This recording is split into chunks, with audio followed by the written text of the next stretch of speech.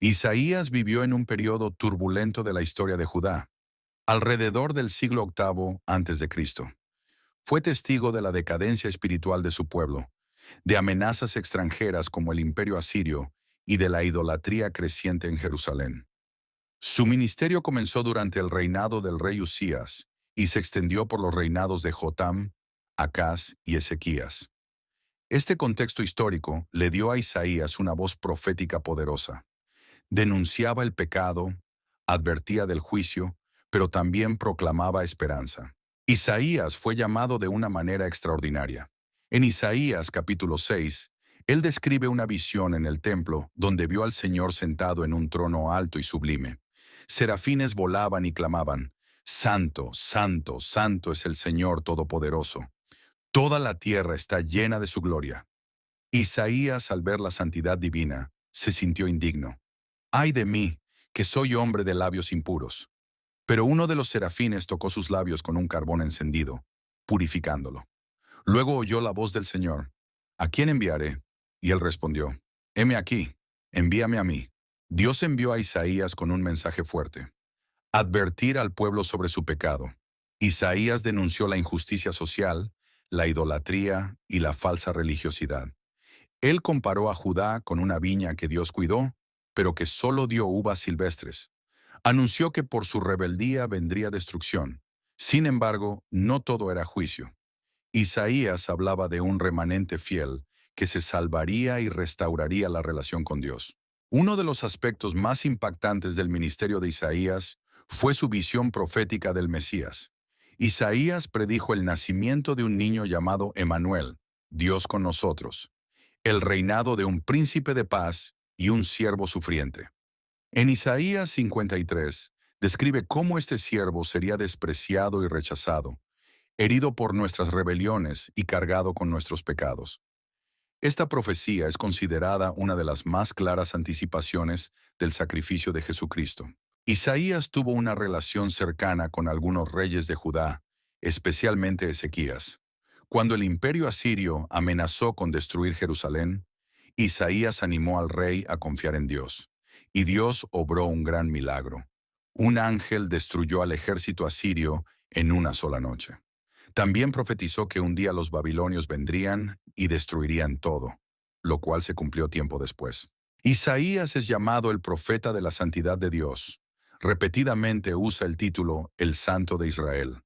Él mostró que Dios no solo juzga, sino que también perdona, restaura y cumple promesas eternas. Proclamó que un día toda nación vería la gloria de Dios y que el conocimiento del Señor llenaría la tierra como las aguas cubren el mar. Isaías escribió uno de los libros más largos y teológicamente ricos de la Biblia. Su mensaje fue para su generación, pero también traspasó los siglos. Sus palabras han sido leídas por judíos y cristianos como una revelación profunda del corazón de Dios, justo, santo, pero también misericordioso y redentor. En los capítulos 40 al 55 del libro de Isaías, aparece una figura misteriosa: el siervo del Señor. Este personaje es descrito como alguien elegido por Dios, lleno del Espíritu, que traerá justicia a las naciones, pero que también será despreciado, maltratado y finalmente entregado a la muerte por los pecados del pueblo.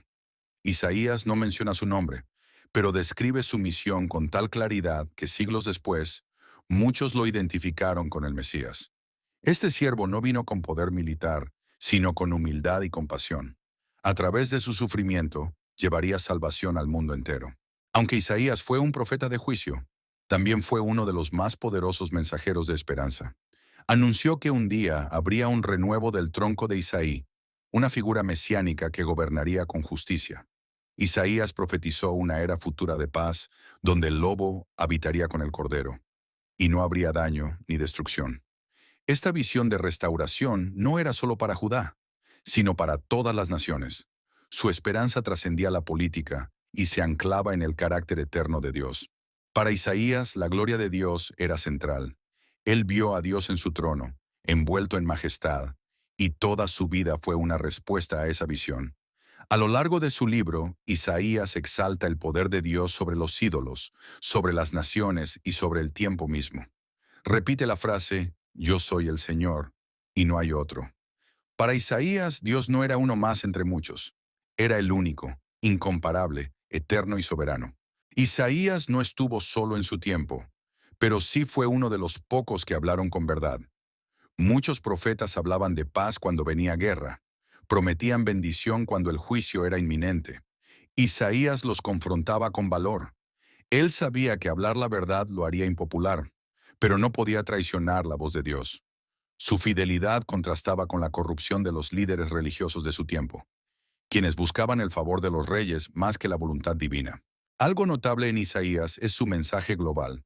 Mientras otros profetas se enfocaban solo en Israel o Judá, Isaías hablaba a Egipto, Asiria, Babilonia, Moab, Damasco y Etiopía.